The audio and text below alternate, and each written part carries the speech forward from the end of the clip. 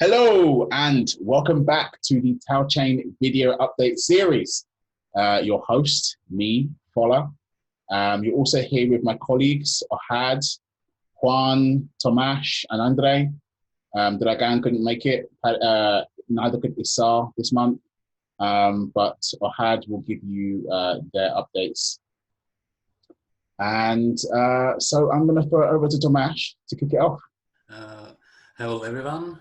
This month I finished the offline proof of concept of alpha internals. That means that I can register, unregister users, create, delete channels, send, edit, delete messages, and I can get notifications for new messages by a filter like target channel, message, or author, etc. I've tried if witty auth could be usable for authentication in alpha. It is, but it uses DBO, which is the database interface of Witty, which uses SQL databases. But TML can work as a database too.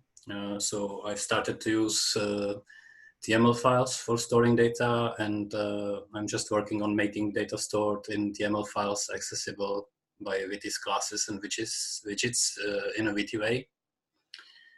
I've also added more drafts of very basic UI widgets to register new user identity, login, create view channel, send messages.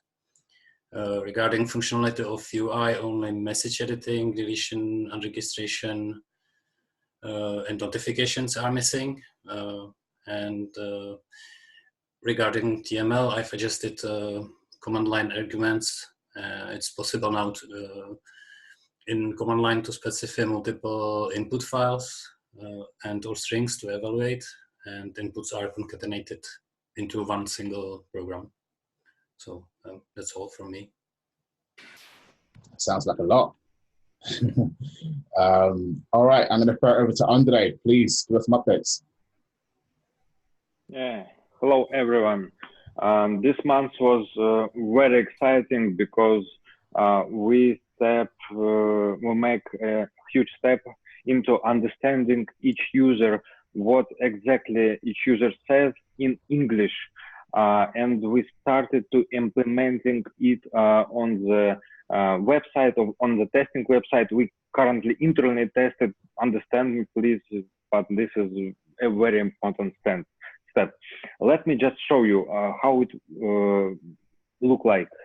So, as you see, we have discussions here on several topics, and you notice, yes, it's written in plain English, and it automatically translates you to TML. For example, I love my cat.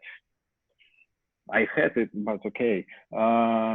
And I add this opinion to the discussion about cats, and it translates it automatically into TML and then compiles it, interprets it with TML here. And I can make queries to TML after this to get some data out of it. And we continue to move really after this. For example, and we continue to move towards understanding users better and better with each month. And I hope very shortly we will be able to open this website to you, to test it and to see the power of TML inside it. So that's it. Very good. And Juan, please tell us about your updates. So hi everybody. So this month was very focused in keeping with the support of arithmetic operations in TML. As we mentioned the last time, we were halfway to complete the multiplication feature that we solved early this month. Basically, what we get right now is a way to represent in TML an equation of A times B equal to Z, and from there we can get any three numbers that relate regarding to the multiplication operation.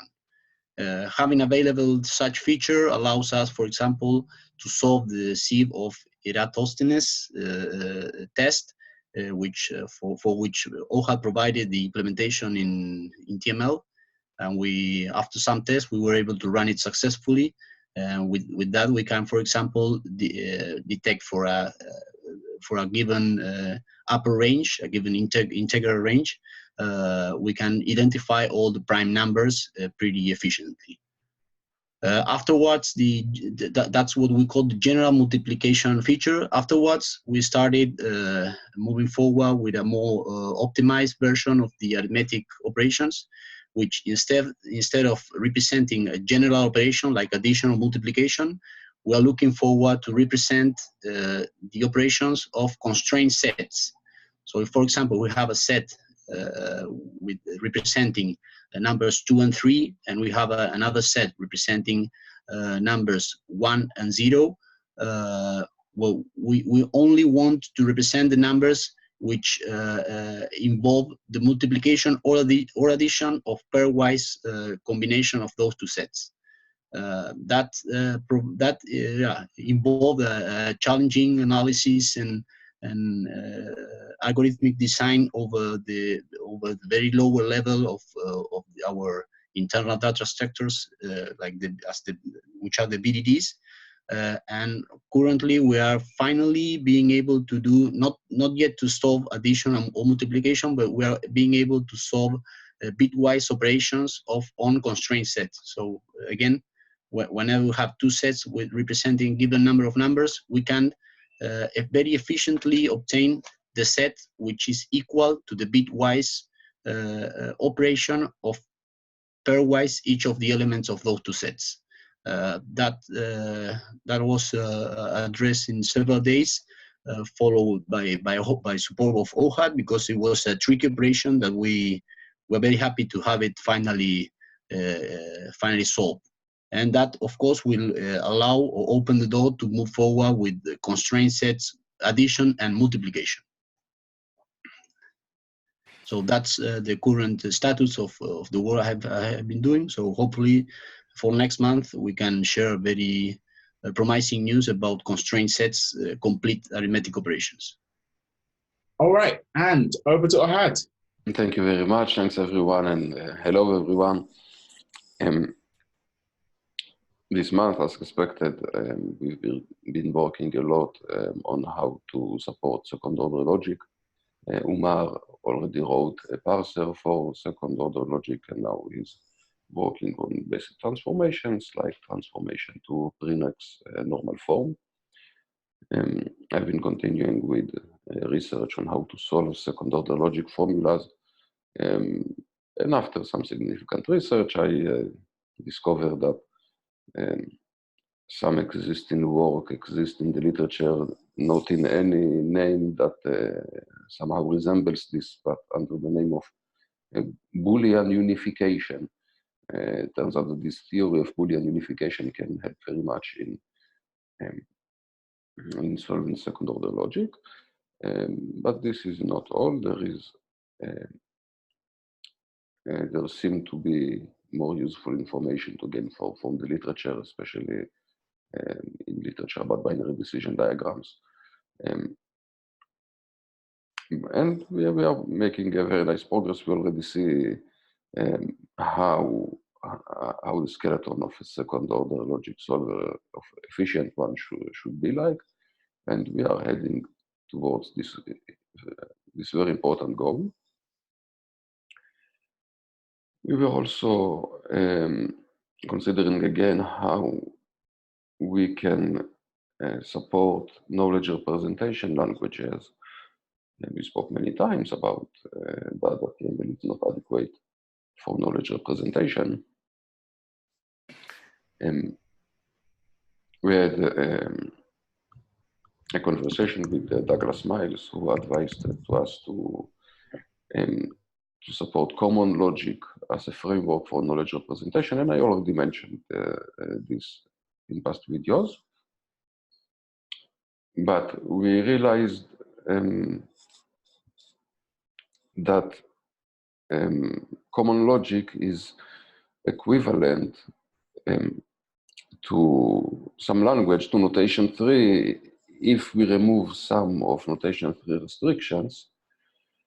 Notation 3 is a language from the family of languages of the semantic web, which is a very developed world. So we now know that if we support notation 3 features, again, up to lifting of some restrictions it has, then we can support the state-of-the-art standard of knowledge representation being common logic. And that's all for now. So I have some updates on the legal and compliance. Though I can't get into too much detail, I can say that we've made significant steps. Now, in terms of the strategy that we had planned out before, I would say that someone did ask in the Telegram channel, what percentage-wise, how far along are we? I would say that of the first major hurdle, that major hurdle from our end is complete. Now it's in the hands of the lawyers and compliance, from regulators from there. We hope to hear back from them pretty soon. We've been waiting to hear back from them for quite a while now, to be honest. But once they can get back to us, then we'll know what we need to do next. I guess I can give you a bit of an update, hopefully on the next update. But from our end right now, that's pretty much solved. And strategy-wise, we've got the moves we need to make pretty clean. As before, it was a bit difficult, to discern, what way we needed to go. But the team we have in place now on the legal side and compliance side and regulators, they've given us a pretty decent strategy of how to move forward. So everything seems pretty stable and clean. I don't see any issues in terms of us actually progressing. It's just getting that information back from the regulators and then progressing from there. So that's all I can give you an update in terms of legal and compliance stuff. In terms of hiring, I am still looking for this UX designer. This understanding of who we needed to hire at the beginning has changed somewhat over time, and it was a little bit more of a challenging issue to make sure that whoever we did bring on board fully can comprehend the capabilities of the project, so we can actually build something very, very cool. So working alongside Douglas D. Miles, he'll be helping me to hire a UX researcher and a UX designer. So we'll have 2 people on board, coming on board. And again, I have actually got an interview just after this. So I'll keep you guys an update maybe before the next update. So, all right, so over to the Q&A questions. Stay on. All right, and this question is by Temp, and they say, is there a possibility that another project with a bigger user base, for example, Bitcoin SV, Ethereum, Google, Facebook, will run off of the tauchain code and implement it into their own? This is in regards to it being open source. Do we have any steps to prevent this? Also, in an old interview, you stated the making of a printable set of rules the tauchain needs to abide by. How many versions of those will we craft before we know which one to set as a standard? This, considering that one mistake in these base sets of rules could make for a damaged pillar on which the rest of the future construction resides. Yes, for the competition part, first need to remember that usually stealing, say, code and developing products based on existing technologies, stealing them and trying to compete on the same market is usually simply not a good business plan. Because they need to invest in competing with someone who is already a few steps ahead. So it makes the whole this whole business plan of stealing quite risky. So usually people do it usually because they are honest people, but even dishonest people don't do this because simply it's not a good business plan. In addition, in principle, people can copy only things that are visible so far, but we have many more know-hows that are still not there. Even if they copy everything we have right now in code, they cannot copy the things that we didn't code yet. Of course, an absolute protection against copying is impossible. But because of the reasons I mentioned, and possibly more reasons, I think the risk is very low. And now for the second part about users, or how many iterations we need in order to converge to a good law of the system. Well, of course, there is no fixed number. And indeed, as you say, things need to be very well refined. And they will be refined using discussion. During discussion, where the system shows agreements and disagreements, the opinions get more and more refined. And then when we think that things are ready enough, we can follow the discussion consensus. So yes, coming with a consistent body of rules, of law, is very hard, but we have the machine to help us in detecting inconsistencies and missing parts. And we also have the discussion in order to help us to formalize what we want in a way that we want it to be like. And that's all. And this question is by Dana Edwards. He says, now that we are approaching the launch of the alpha, do you think that a smart constitution is worthwhile to build during the alpha?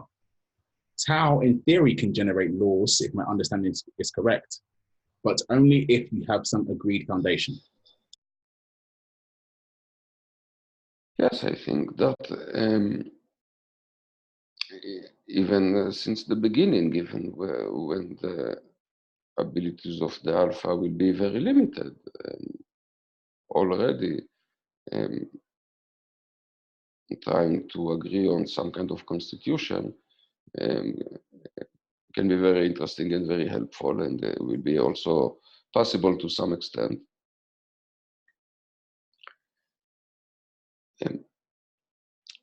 I don't think we should be worried too much about whether everyone agreed to some constitution or not.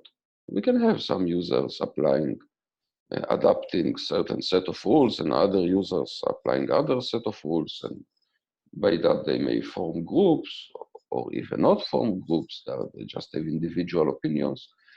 Sometimes it does matter. Sometimes if we want, for example, if they define how the system should behave and they disagree in such a way that it is impossible to satisfy both sides, because sometimes it is possible to satisfy both sides. If some of them want the button in the right side and the other want the button in the left side, we can satisfy them both and give each user whatever they like, but sometimes it cannot come together. On this case, we do have a problem, and I did speak about it on last blog post and also on the last videos.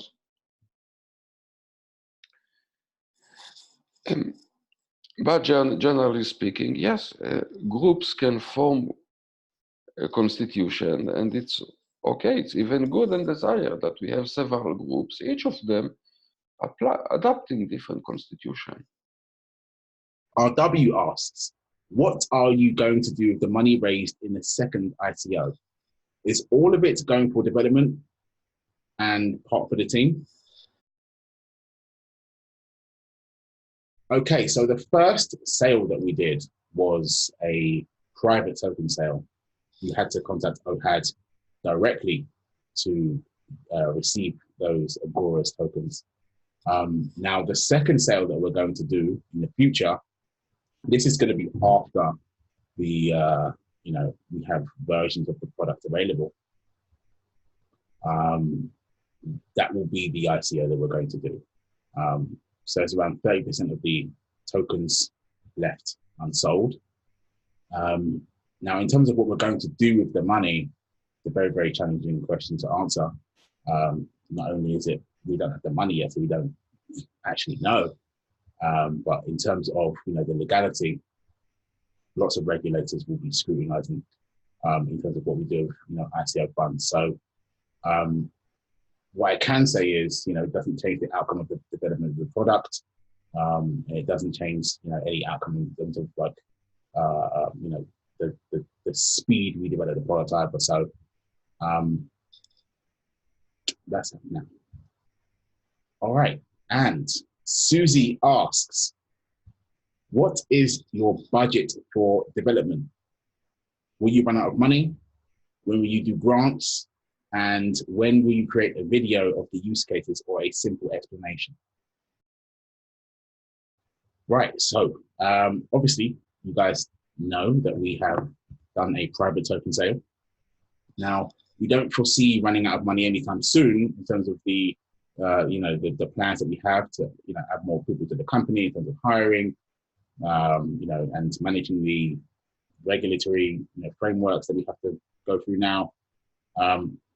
Now, in terms of getting grants and producing a video, in terms of the use cases, we're likely going to be doing that closer to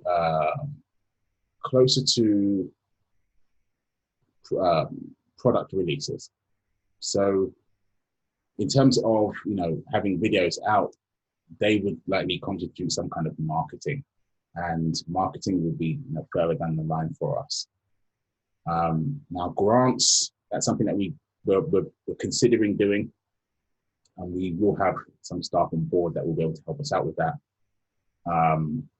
But again, that's not on the immediate future for us right now. And this question is by Andrew. He says, if for 20 years the project is still not finished and you've run out of budget, will you continue and work for free? How do we know if you're still committed to the project? Right, so Ahad has answered this about 1,000 times in the past. So I'm actually going to answer this myself. In terms of him actually continuing the project, he will continue with the project, and he has all the technical abilities to, to get this whole project up and out. So again, the majority of the difficult and challenging work has been done. But again, Ohad is fully committed to the project, and so the team. And this question is from Kojima.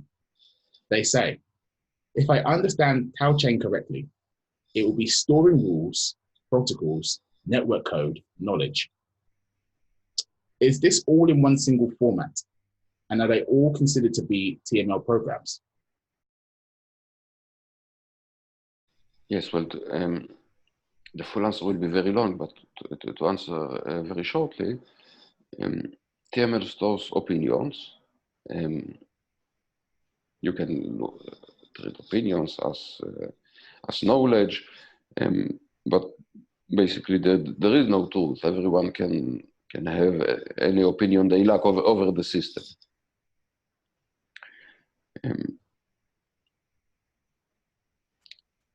This in such a broad sense that it also implies code, as you mentioned, because you could state what you require from a code to do, and by that, and the system will be able to generate code that meet your requirements. For your question about the format, indeed, we designed so-called what we call the Internet of Languages in order to make the system agnostic for languages and formats, and because users will be able to define new languages and new formats and let languages evolve over time and still make them compatible with the system, thanks to the component that we designed called the Internet of Languages. And indeed, TML is intended first and foremost to serve as a translator from one language to another. And by that give rise to this Internet of Languages that will make the choice of language to not matter. And we have another question from Dana Edwards. He says, is there a plan to simplify the process of using or importing software to TML? Right now, I have many software ideas to express, but TML syntax is a bit foreign. Yes, definitely. TML is intended to be a good tool to write translators. It is still not there, but that's what is intended to do. In continuation to the previous question and answer, we said that we want the choice of language to not matter. We also don't want TML to be a single language of choice. That's why TML is capable of changing itself. You could redefine how TML would look like, and the original TML will have no spatial meaning at all. And by that, also writing such translators from our language to TML or to other languages will become easier and easier. Okay, and the next question is from Redney. They say, how much will the alpha be compatible with Android and iOS devices? Will there be an app just like there will be a downloadable client for PC? Yes, we take architecture compatibility very seriously, and indeed we will support all major platforms. And another one from Redney. They say, is the ability to release the alpha now completely separated from the advancements of TML, or do we still need to reach new steps in TML development so that the alpha can work? TML is ready enough to do basic things over the alpha, and indeed, in the versions of the alpha under development right now, they use the TML we currently have. Of course, it is not very convenient, and there are some peripheral features that need to be added, like transferring data between users in a way that it is compatible with the internal database of each user. But basically, yes, TML is ready to start expressing basic knowledge with. Looks like we've got a couple more questions from Redney. And they say, what are the technical and functional challenges to make the alpha? After we almost passed the very big scientific challenge of implementing logic solvers, and now maybe even greater challenge, which is maybe the only challenge, but it's so big, it contains so many other challenges, is to make this all easy to the users. Computers can do so much if you give them information written in formal language, but it is not easy to write in a formal language. And that's maybe our greatest task, is how to make this all usable. All right, and another one from Redney. They say, what kind of support or formation will there be once the client is released? Will it be easy enough for the community to take care of the newcomers? I hope so. We don't plan to release any initial thing, even just a simple demo, if it is completely useless and not impressive. We will begin with something minimal, but not below the minimum. And Redney says, once the alpha is out, will we already be able to define languages under TML, or will we have to wait for another step? Indeed, we didn't work at all so far on the Internet of Languages. Initially, we planned to do it before the alpha, but then we eventually started doing the alpha before this. We will need to finish the Internet of Languages in parallel or shortly after the alpha in order to let the alpha support many languages at once, yes. How will the support of second order logic affect the user experience? And what features are linked to this? Second order logic will allow the user to say much more than they will be able to say in, say, first order logic. The expressiveness gap is very large, even though TML being first order logic equipped with a certain kind of recursion is in theory even more expressive than second order logic. However, this is very theoretical and it doesn't come down in any practical means. So to make it practical by any means, need to write a dedicated solver for second order logic.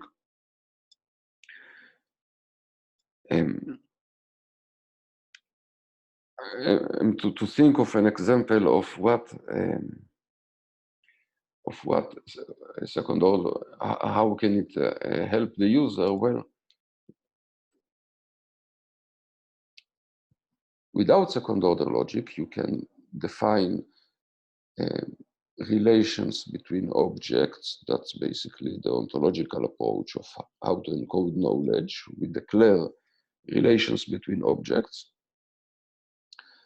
but we need to declare those relations quite explicitly.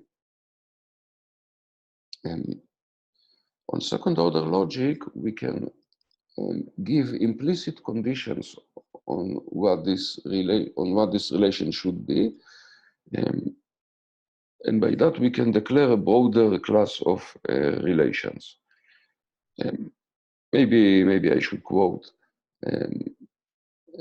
an example from Douglas Miles, who published on our IRC channel and our Telegram channel, an example of second order logic. Well, first start with first order logic. Suppose you had the two first order statements that Bob loves Sally and Sally loves Bob. All right, so they love each other, that's all good. But now you can refine this more and say that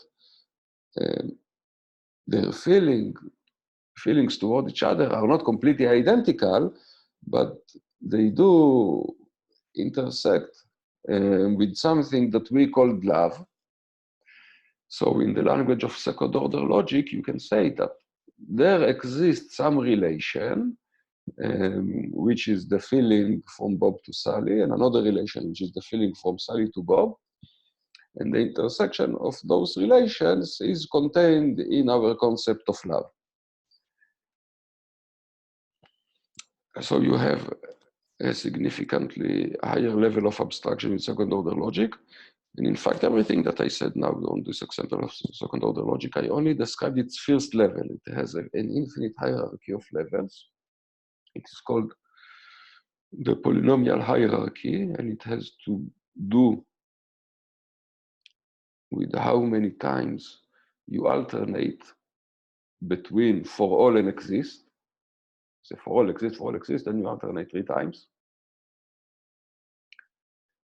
And the examples I gave is without alternations. With alternations, it is as from going again from 0. You get an infinite hierarchy of expressiveness and complexity. And of course, we will support arbitrary quantifier alternation.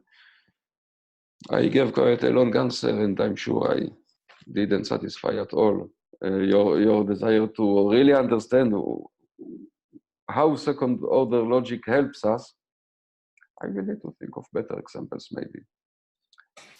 But we know mathematically that the difference in expressiveness between first and second order logic is huge.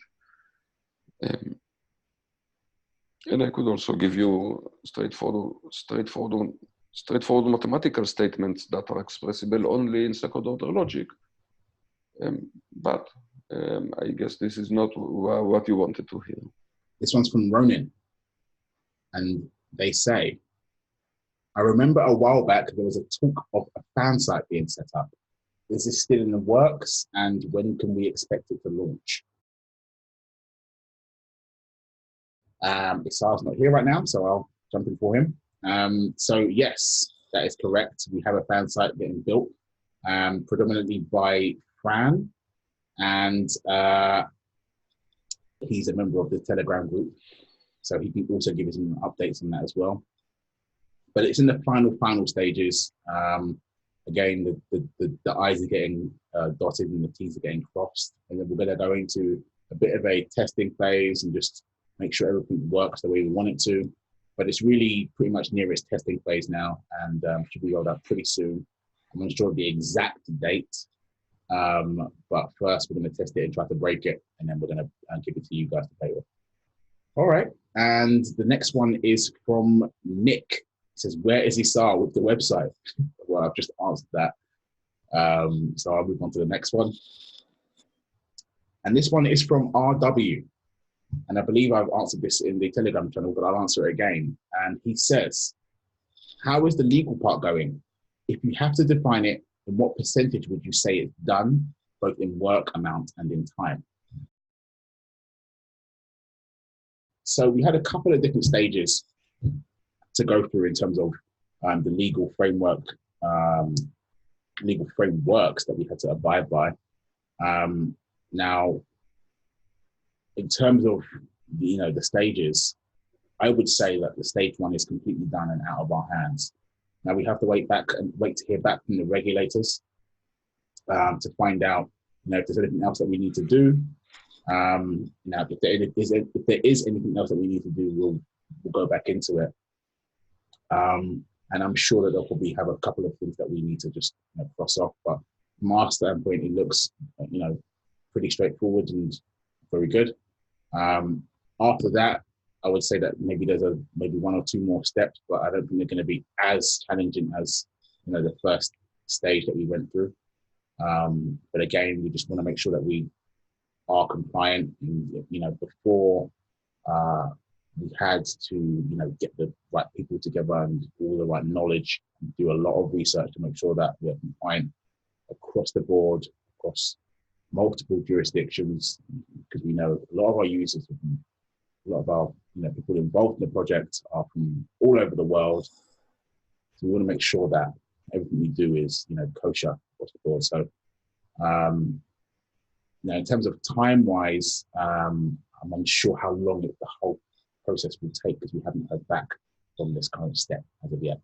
But in terms of where I feel it was, where I feel we are, probably about halfway. But when I say halfway, I mean we've done a lot. A lot's been done, and that this initial stage opens up a lot of doors for us. So this halfway point isn't so halfway. Oh no, we've got to wait a long time. But it's a lot's been done, and we can still open up a lot of doors at this stage. So it's really, really good progress that's been done so far. All right, that's it. And another one from Redney, back again. In addition to the development of TML and the client, what else is the team working on? So again, I work on the business development of the company. And that's again getting all the legal compliance work done, hiring the people, making sure that the company is actually running and fluid, and we have the right people on board, and everything's getting done from a business perspective. And then we have people like Douglas advising. Obviously, we have a lot of people who you guys don't get to see, like our lawyers, and people, coming in and out of the company, accountants, and all that kind of good stuff. But predominantly, right now, we work on development, and the team is growing, and we continue to move from there. The next stages that we're going to be, next people that we're going to be adding to the company will be in the design, user experience, user research, that kind of thing. And it's been a little bit of a challenge hiring for these people, not because we can't find great people. I know I've spoken to hundreds of people, but we want to really nail the right people for this particular product, because there are, as I had mentioned, even in the development process, there are little challenges that we can solve in usability, which is the most important part. Is that this project is, we want to make it usable for the layman, for everyone, to really get to this 1 million user discussion. So it's not just any UX designer, UX researcher. There's a number of different skills that they need to have. And over time, so they've been hiring for these roles, my requirements of what this person will need to have in terms of their skill set has evolved over time. So there have been stages where we thought we had someone or had the right people, but then we realized that, okay, they need to have X, Y, Z as well, which is why some of these hiring positions take a little bit longer than usual. But it just means that, when we get these people on board, that they're going to be able to nail it, at least from our side anyway. So, we're going to have a lot more confidence in, their abilities to actually get it done. For us, it's really important. And that's it. Thank you. We have a question from Forrest. And they say, how prone is TauChain in its building structure to become tainted, poisoned, bombarded by falsified data? And is this something that's been foreseen and calculated, / some sort of calculation weighing structure per input? Or is this fully the responsibility of the hands-on community at the stage of using Tau? I could say that such a risk is low. It's definitely not high, because there is no notion of truth over the network. If someone wants to believe that 1 + 1 = 3, they can believe so over the network. No one will block them. Probably also no one will agree with them. But they just say their opinion. It will not affect anyone else. And it's only an opinion.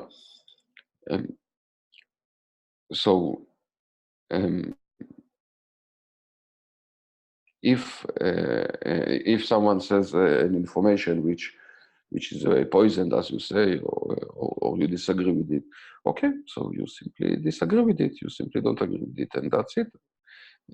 There is nothing in the system that is considered truth, that someone says, and therefore it is truth. It's only about opinions. And we have another one from Redney, and they say, at which step of development do you plan to participate in conferences, make more public presentations, and do some marketing? Now, this is something I know a lot of you are thinking about, when you're going to do some marketing, make the whole project public. We have to make the product first, and that's got to come for anything we do public. This is for legal reasons. I'm sure you guys understand that in the blockchain space, in the crypto space, that projects are scrutinized heavily that don't have a product available from a legal perspective, from a regulatory perspective. So firstly, product be out and available, and then we'll have something to talk about. There are so many small hurdles that we need to jump over before we can start to participate in the conferences and do marketing. We want to actually be able to solidify that with the product. There's so much that we need to figure out with the product itself that there's not much we can do in terms of marketing right now anyway. We want to be able to, have a good idea of how the product's going to look from a usability perspective, and then come up with, the whole marketing strategy around that. That's it. Cheers. Okay, Redney asks, what kind of person are you looking for now, and do we need more developers? At the moment, we do not. Now, there are a couple of people who will be adding to the project, some researchers, both on the TML side and on the R&D side, and again on the usability side.